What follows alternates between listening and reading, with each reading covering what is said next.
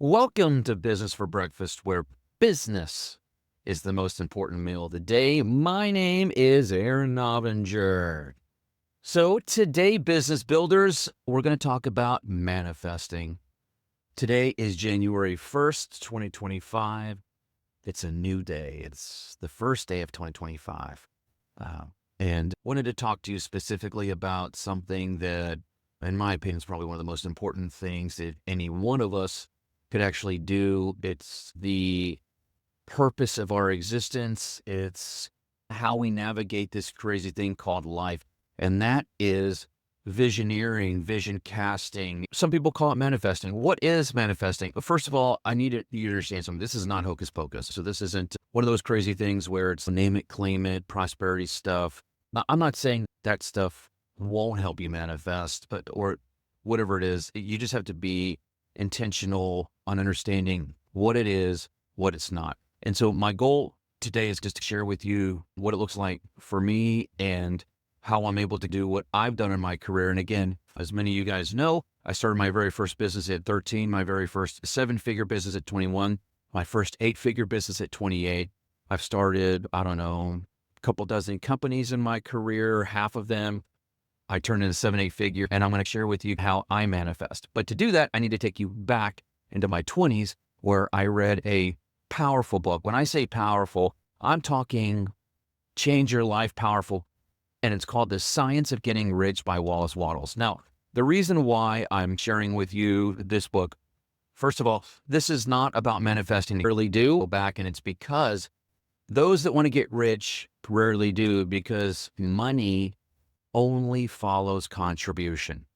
Find any person in history that's actually rewritten history as one of the most influential, wealthy people that ever walked the planet. It's because they serviced a lot of customers and added a lot of value to a lot of people. And therefore, they were able to have the money. Because remember, the money is just one of those things where it's a byproduct of helping a lot of people, right? So just keep that in the back of your mind that, and if your goal is to manifest a lot of money, you're never going to be able to change the world. But to understand this, I'm going to take you back to the book. And the whole premise of manifesting is understanding that we really live in multiple dimensions, right? So going around, what you guys are seeing in the video is 3D. What I see, what we all see is 3D. But you have to understand is that there is another dimension called the fourth dimension. And the book talks about that. When we're talking about manifesting, there is a divide between people that want something and people that have decided on something. Wanting, deciding, they're not the same thing.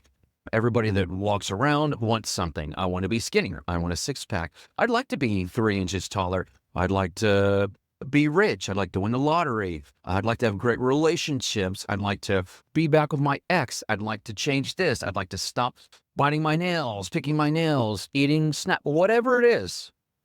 All of us have these wants, right? Okay. But what happens when we decide? I'm going to give you a perfect example. The toughest addiction I had my whole life was drinking. Okay. And I'm going to tell you guys a personal story about how I went from wanting to deciding. Okay. You have to decide that's what you want, and then God will start moving things to make the decision come to pass. So my whole life, I've got addictive personality. I'm an all or nothing guy, which is great. There's a lot of benefit to it, but there's also a lot of negative to that gift. For years, I tried to stop drinking. To put this in perspective, 2007-ish, 2008-ish, I went to my doctor and basically went to him and said, hey, I'm noticing that I'm getting excited about getting home to have a glass of wine when I get home in the evenings. I started feeling uncomfortable because I was anxiously anticipating at the end of the day so I could start drinking. And I wouldn't say that I was an alcoholic, but that place where I started wanting and couldn't wait till the end of the day really scared me. So I went to my doctor and I said, hey, can you prescribe the drug Antabuse. What I was trying to do is create a negative connotation with drinking. So that way, whenever I would drink, I would associate being sick or ill or something like that. And there would be a negative association. That didn't actually happen for me. Then I said, I'm starting to really anticipate drinking when I get home. I said, I drink most days when I get home, maybe a glass or two of wine, but probably every, I don't know, 10 times I drink, 2 or 3 of those. And basically every dumb thing I've done in my whole life has come from drinking. And so he was so actually proud of me for coming to him. He didn't even charge me for the doctor visit. And I got Antabuse. Now, I need to explain to you Antabuse. You know that alcohol is foreign to your body, meaning when I say foreign, it's a poison.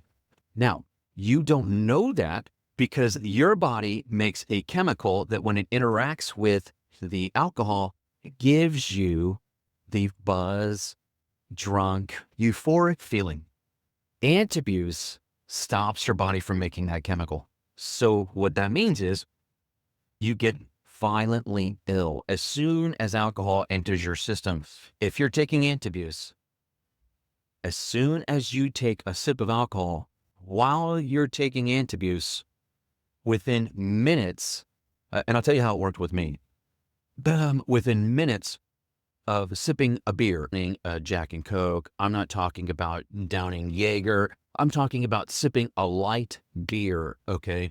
Within minutes, my heart would start palpitating like 120 beats a minute. Like you're physically working out and you're just standing there.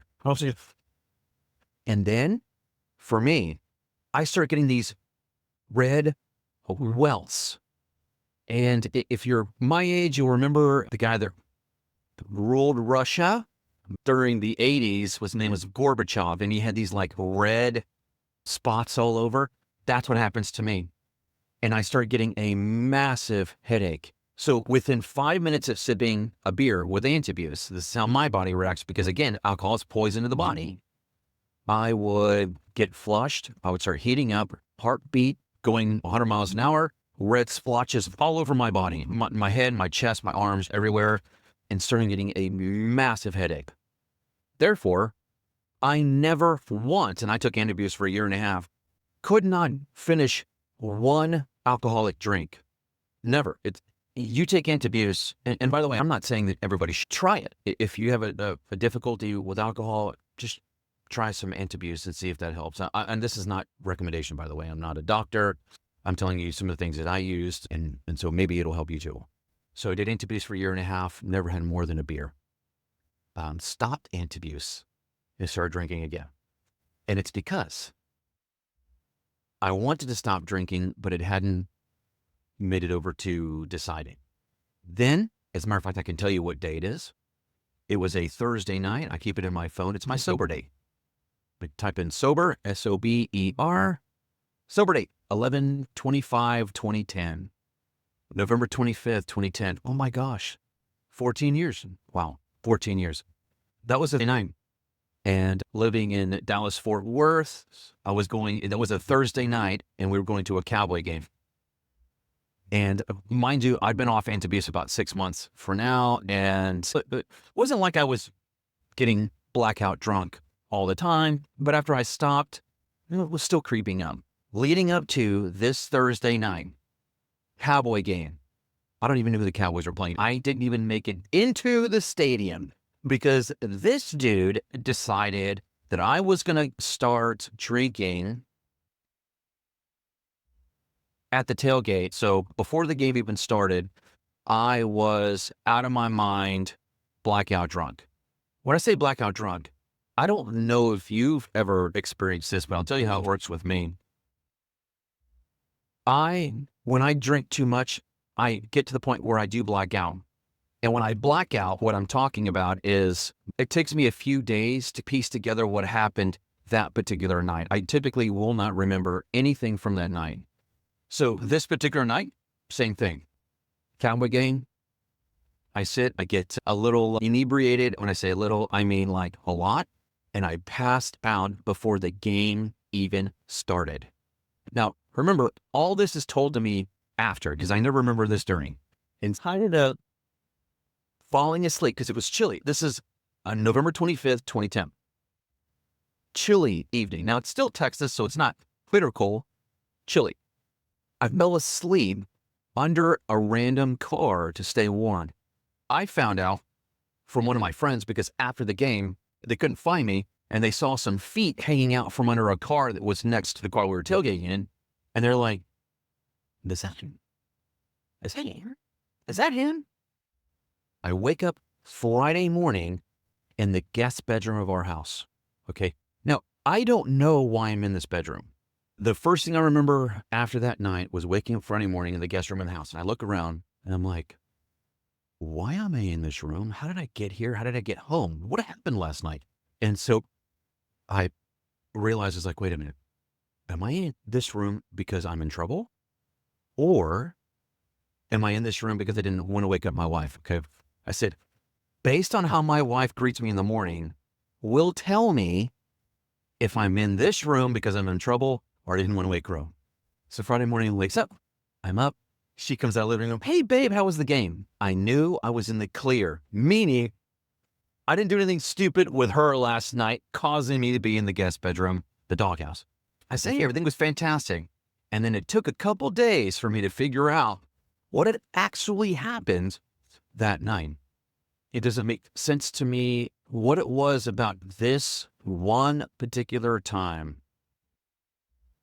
But you have to understand, wanting is conscious, deciding is subconscious. And you have to understand, I have 100% of your mental capacity, 30, 50% of what we do on a daily basis is subconscious. Put this in perspective. Imagine your subconscious, the elephant, and your conscious is the little guy on top of the whip. The most important thing in getting you to change a behavior is you must get to the point where it is conscious, which is wanting. But once you move to deciding, okay, once you move there, it now goes subconscious.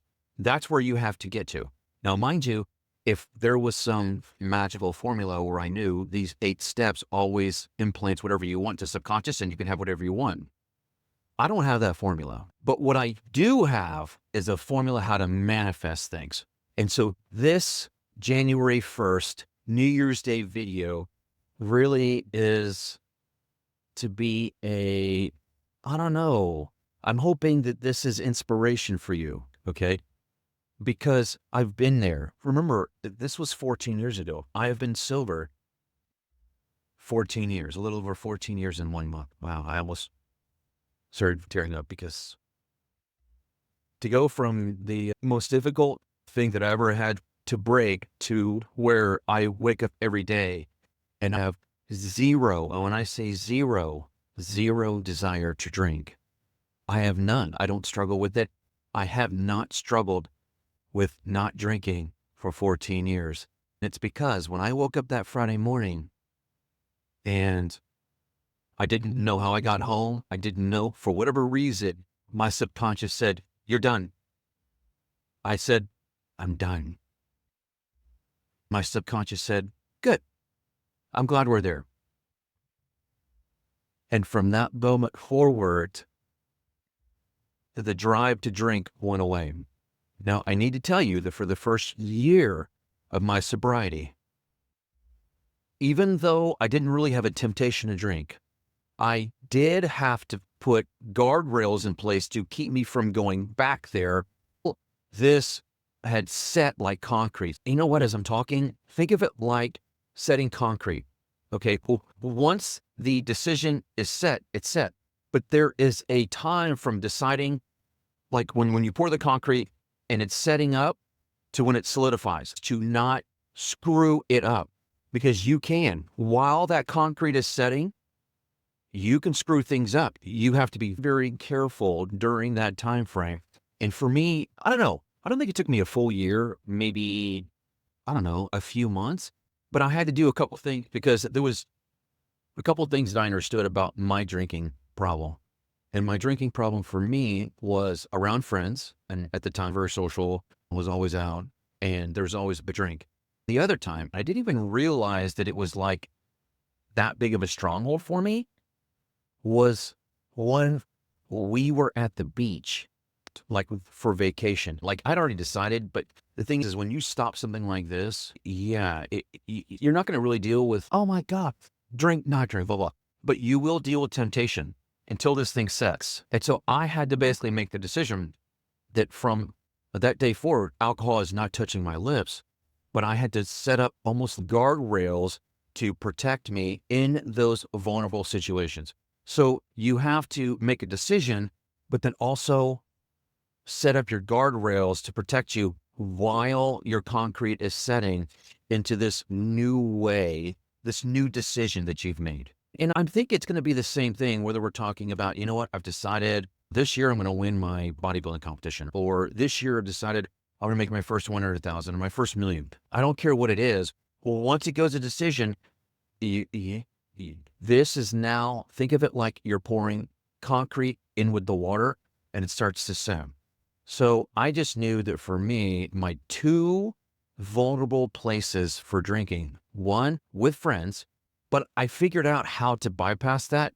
When I would be out with friends, I would always order a club soda on rocks with lime.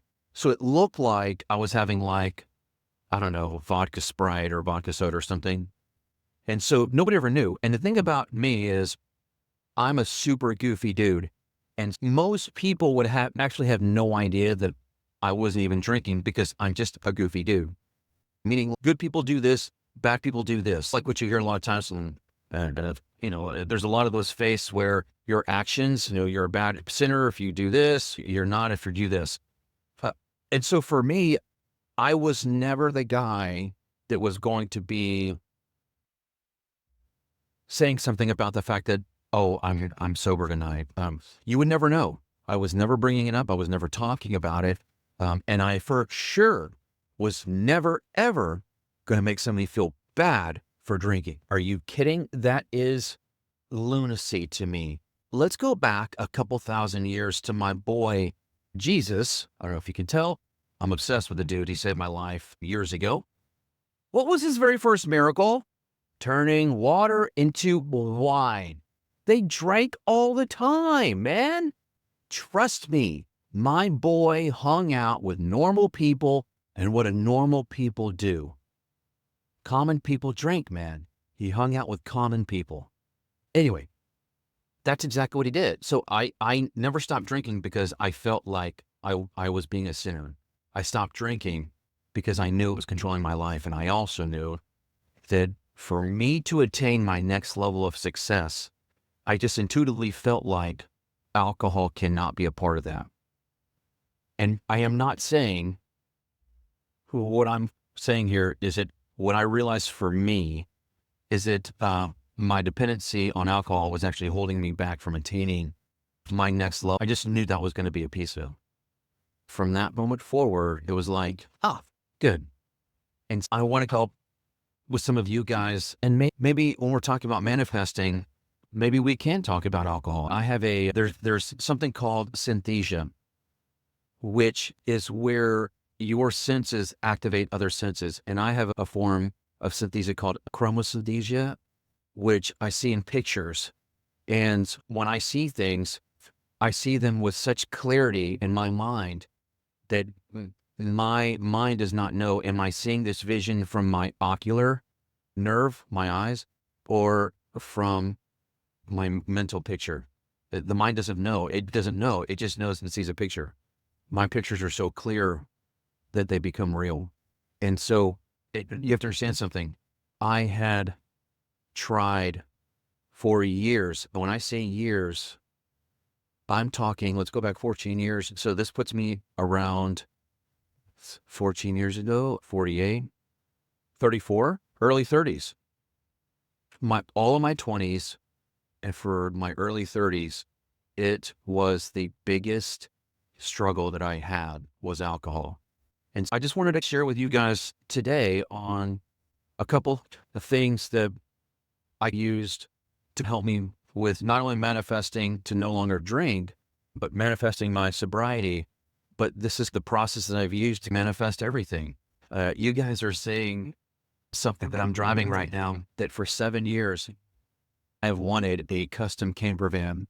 And so I'm driving my Ram ProMaster, a custom camper van that I picked up 3 months ago because Rebecca and I are running our small business accounting firm, Manifest It. So if I can just maybe share a couple things with you on maybe how I was able to do what I've done. And like I said, you heard what I said in the very beginning, I've had countless businesses, and I start from an idea and I can turn it into a 7-8-figure business. As a matter of fact, I have since developed, because I've been doing this my whole career, it's my 7 rules of business. And as long as the idea meets all of my rules of business, I can turn this idea into a 7-8-figure business within 3 years guaranteed. Trust me, I've made 1 million mistakes in my career. I have so many of them that haunt me to this very day. But today is just day 1 of your new day. Today is January 1st. So just an encouragement for you, whatever it is that you are wanting to manifest, encourage you to put it into place. But to do it, you have to know what you want. You have to know what you want. And when I say you have to know what you want, you have to know what you decided you will have. What have you decided that you're going to have? So understand, this is not a name it, claim it thing. It's not hocus pocus. If you've got the faith of a mustard seed, you can have what you want out of faith. You can have what you want. You can manifest what you want out of faith. Again, but you have to shift your mind. And going back to what I said in the beginning, go read The Science of Getting Rich by Wallace Waddles. Read the book to learn how to do it. Don't read the book to be rich. The concepts they teach in the book, life change, will literally teach you to manifest what you want. I think the problem for me is I was so young when I read the book that I was trying to manifest money. And that's the problem. I think I've learned the techniques, and I'm telling you, man, I manifested some crazy stuff in my 20s. Let me tell you, one of the most important things that I manifested, I graduated high school with the lowest SAT score of anybody in my senior class. As a matter of fact, today I have a standing bet of anybody that can show a lower SAT score than I did of somebody that tried. I went to all my SAT prep classes. I went in working my tail off because when I was younger, I wanted to be a doctor. And so it was very important for me to get into school to be a doctor, that I had good test scores. And of course, that week in high school, when everybody gets their SAT scores, everybody walks around, what did you get? What did you get? And back then, when I graduated high school in early 90s, and the high score you could get at that time was a 1600, which was an 800 in math and an 800 in reading. And I remembered that we were walking around and everybody was like, hey, what did you get? And I was like, oh, I got a 590. And they're like, oh, was that on your reading or your math? And I said, no, I made a 590 on the whole test. And you have to understand, I have a very unique brain, as for most of my life, I was told that I had a learning disability. I now learn it's a learning difference. You will now realize that most people that changed the world had the same learning difference that I have. And it's when I graduated high school, the only award I got, ready for this? Class clown. And when you spend your whole life wanting to be accepted by people, everybody learns how to adapt. Some people become jocks. Some become geniuses. They read a lot. Everybody's trying to compensate for the lack of feeling accepted. And that's what I did. I just wanted to make people laugh. And I had decided I was going to come back at my 10-year reunion, voted most successful. Now, mind you, I graduated high school, class clown. Okay. I'm an idiot. I have crazy ADD. I can't focus on anything. I can't remember anything. I have no skills. We clearly know school ain't my jam. What am I supposed to do? This is what I'm trying to tell you. When you try to manifest something, it's not your job to figure out how it's supposed to happen. This is what you need to understand about how God works and how he orchestrates the universe to give you what you want. You have to hold on to this and put it in the 4th dimension. Like, just put it right up here and imagine there's a conveyor belt that's right here. And your job's to put that, or put it on a shelf, not really a conveyor belt because that's moving, but a shelf, an imaginary shelf. And your job is just to put it on the shelf, to not figure out how you're supposed to get it. Just put it on the shelf. And then you wait. And the most important thing you have to understand about God's timing, you can have the right idea, but if you have the right idea at the wrong time, it's the wrong idea. If you try to manifest this, George, can you have it? Sure. But you're going to screw it up. Mark my words. I've done this so many times. Because you have to take your desire and you have to marry that with the timing. So, graduated high school. I had no idea what that looked like. All I knew is that I was going to be coming back voted most successful. And the one thing that I couldn't count on was that somewhere between, I graduated high school in 94. So somewhere between 94 and 2004, I somehow found business.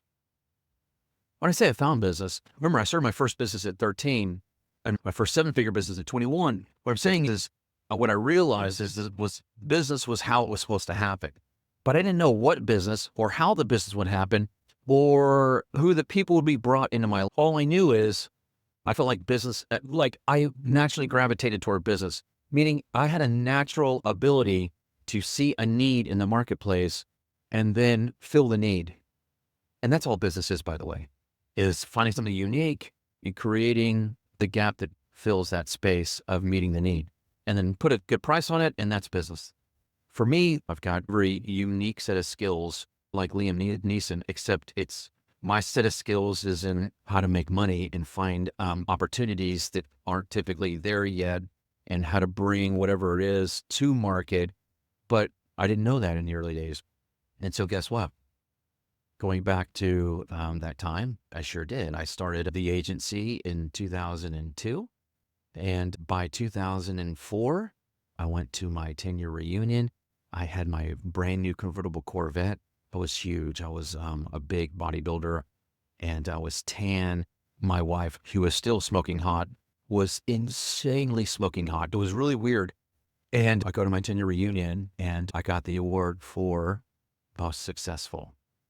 This is just an example of what I'm talking about, manifesting, but you have to understand when you manifest something, it can't be out of anxiety or fear or I have to, you have to understand there's a couple hormones that we're talking about here. Okay. So if you're in a place of fear, understand that you can't manifest anything in a place of fear. Fear activates the sympathetic nervous system, but to manifest what you want, you've got to be in the heart mode.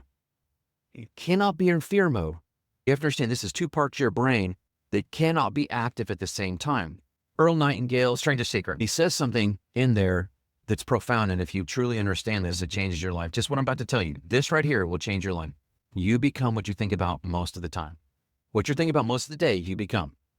This is why controlling your thoughts is the most important thing you can do to manifest anything in your life. You have to be gut level honest with yourself. Do you know what you think about most of the day? Most people don't. Most people don't. Most people think they think positive things. They don't. Most people think negative things all day long.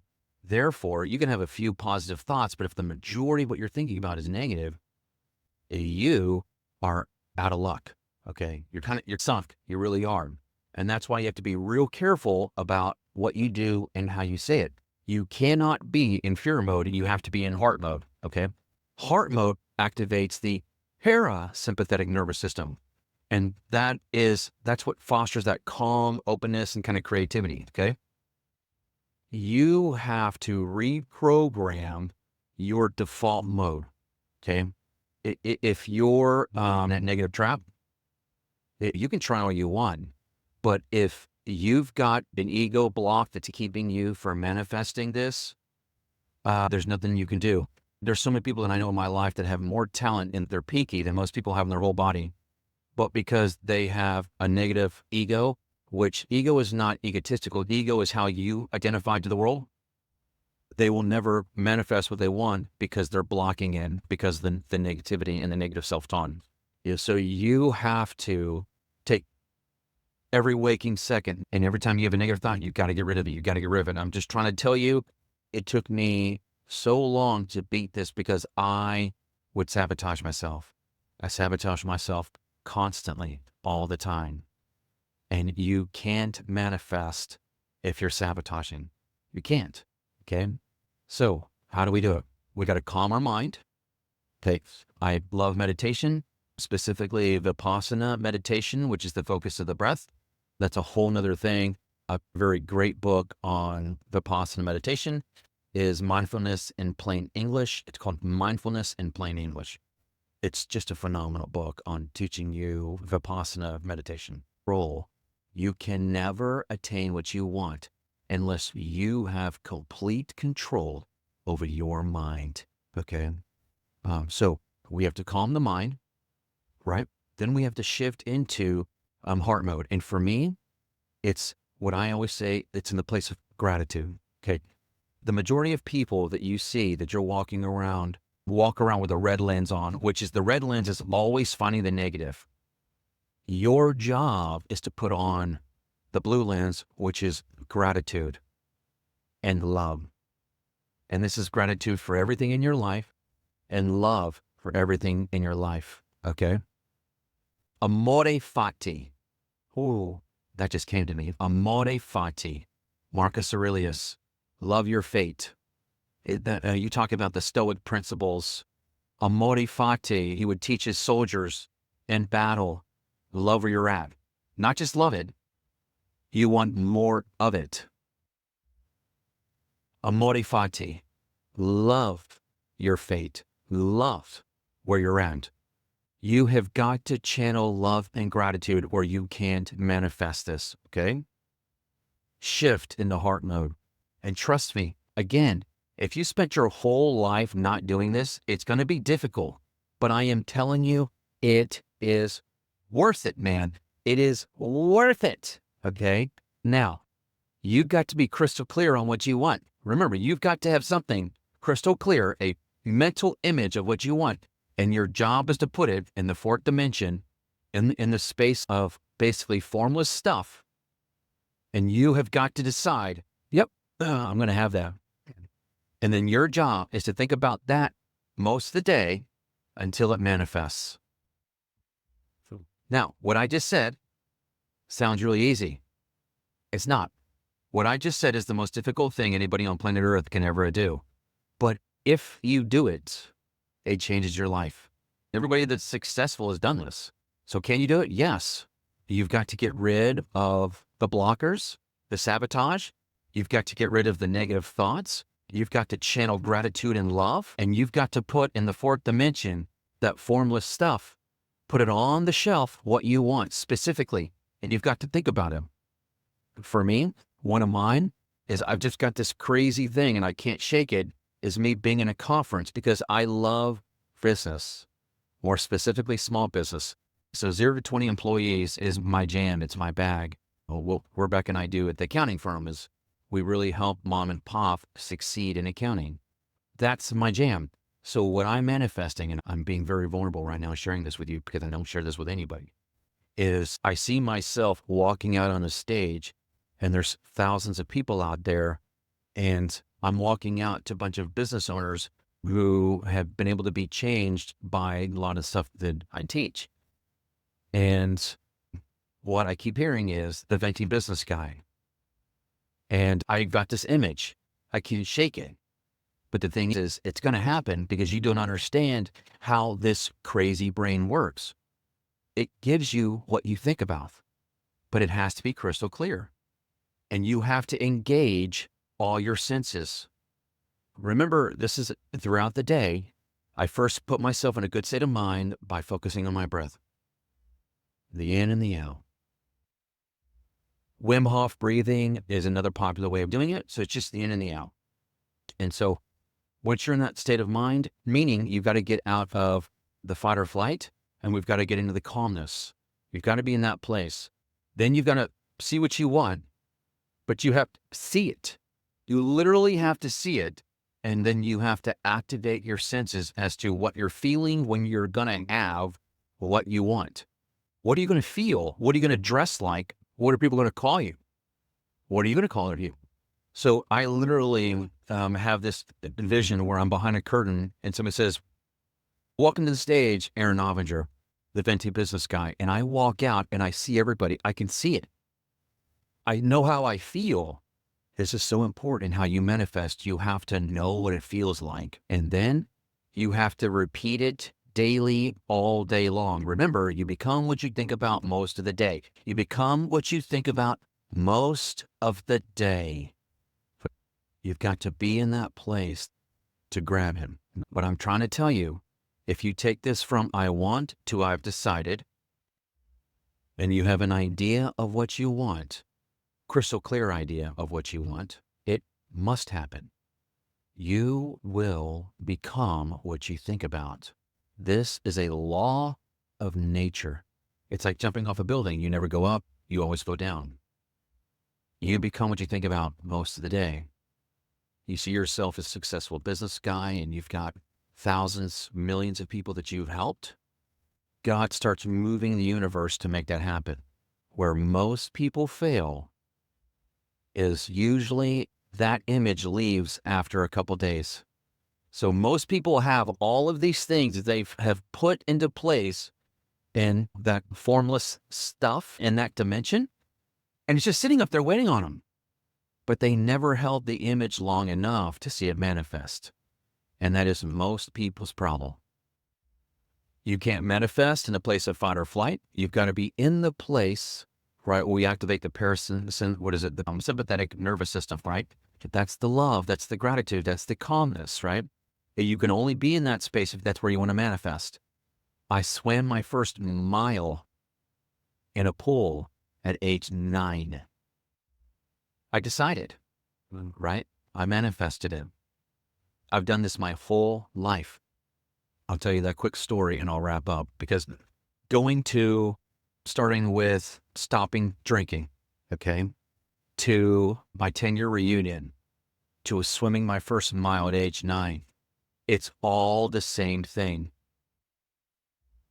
As a 9-year-old, I dealt with severe asthma where I was a boy in the bubble. I lived most of my childhood in a hospital because I was allergic to everything. I have almost died multiple times from asthma attacks. I'm one of the few people that knows exactly what it feels like to be minutes from dying. It's actually very peaceful. You just want to go to sleep. It's not fearful whatsoever. I'm not afraid of dying at all. I've been there multiple times. And grew up in Philadelphia, and I couldn't play any sports because of my asthma. I would run across the field and I would be instantly hit with an asthma attack. But the weird thing is swimming didn't do that for me. It's really strange. I could literally jump in a swimming pool and swim all day and not have an asthma attack. I just learned, I think that year or the year before, I just joined the swim team at the local Naval Air Station. Matter of fact, if you know anything about Philadelphia, back in the day, it was called NAS Willow Grove. NAS Willow Grove had 2 swimming pools on the base. Second year swim team, they do this every year, but this year I decided I was going to do it, where you have to go and get all your neighbors and get them to pledge a certain amount of money per laps. I think it was like for the American Heart Association or something like that. And so I went to all my neighbors, and mind you, I never swam more than 4 laps at any one time in my whole life. And so I went to my dad and I said, "Hey, Pops." And he hated when I call him Pops too. And I said, "Hey, Pops, how many laps in a mile?" Mind you, this is in the 80s, okay? He goes, "I don't know." I said, "How many laps in a mile?" He goes, "I don't know. There's just no Google." He had no idea. I said, "Pops, how many laps?" He goes, "I don't know." He goes, "It doesn't matter. You can't swim it. So there's no point in knowing because you can't do that." And I said, "Okay, we'll just try." And a few days later, he never came back. "Pops, how many laps in a mile?" 52 laps. Okay, I was swimming a mile. "I love your enthusiasm, son, but you've never swum more than 4 laps in a row in your whole life." "I don't know, but I'm going to swim a mile." "Okay, let's do it." There's no anxiety. There's just unlimited possibility in the adventure of trying to do it. No fear, just this mindset of giddiness and excitement. This is key in manifesting that. I'm just trying to tell you, man, I've done it my whole life. We start this. I go in and we make sure I've got enough battery power. Good. I start the day swimming, and we're just swimming like everybody else, just swimming laps. And once I got to about 10 laps, Dad was like, "Okay." I kept swimming. I remember it like it was yesterday. Mind you, I spent my whole life wanting to be accepted, to be loved. And this day, I never felt anything like this in my whole life. By lap 20, there was only a couple people left in the pool with me. By lap 25, I think I'm the only one in the pool. By lap 30, now everybody's standing around watching me. And when you're in water, you can hear things. People don't understand that. You can hear. And I could hear the people cheering for me. And mind you, when you're in the pool, you through the water and you can see, and when you turn to breathe, you could see people through the water. And so I just remember seeing the people just cheering, and my dad at the end of the pool cheering me on. And I'm telling you, lap 35, lap 40, and then lap 50, and 2 more, and 52 laps, I got out. And I don't think Dad had ever been more proud of me. Everybody was cheering, but to me, that was just, it's just as usual, man. But I should have been dead. I shouldn't have made it. I was born half paralyzed. But I decided I was going to live. I decided to start my first business at 13. I decided all this. And I just wanted to give you encouragement today, January 1st, the first day of 2025. If you've been discouraged, please, man, if there's anything that I can help you with today, it's really going to be that the life that you want is there. It's there for you to get, and you can have it. Everything that you see is a hologram. You can manifest whatever you want. There's nothing holding you back. Just you. I want to leave you encouraged. Trust me in this. Whatever you want, you can have. Okay? If you want to stop drinking, it's there. You have to decide. Okay? You have to see it happening. You've got to believe it. You've got to understand your ego is there to constantly sabotage you. Constantly. You have to do it with the right place. Don't be putting on the red lens. Put on the blue lens of gratitude and love and kindness. Make that your operating system. Gratitude and kindness. Make that your currency. Gratitude and kindness. Pay everything with gratitude and kindness. And what you're going to find is everything will start manifesting. And what will happen is, how you will know, look around, and you typically will see ribbons tied to trees. They're trail markers to tell you you're on the right path. Keep moving. Keep walking. You're on the right path. Keep moving forward. Keep believing. Keep holding the image in the fourth dimension on your mental shelf. Make it crystal clear. Think about it most of the day. And it's not if, it's when you achieve what you've always wanted. For another episode of Business for Breakfast, I hope this encourages you today, because it's been the secret to my success my whole life. And I hope that maybe something today ignite. I want you to put some of this in play, and I want you guys to work at it, because it's worth it. It's another episode of Business for Breakfast, and you guys know what time it is. It's time to get to work.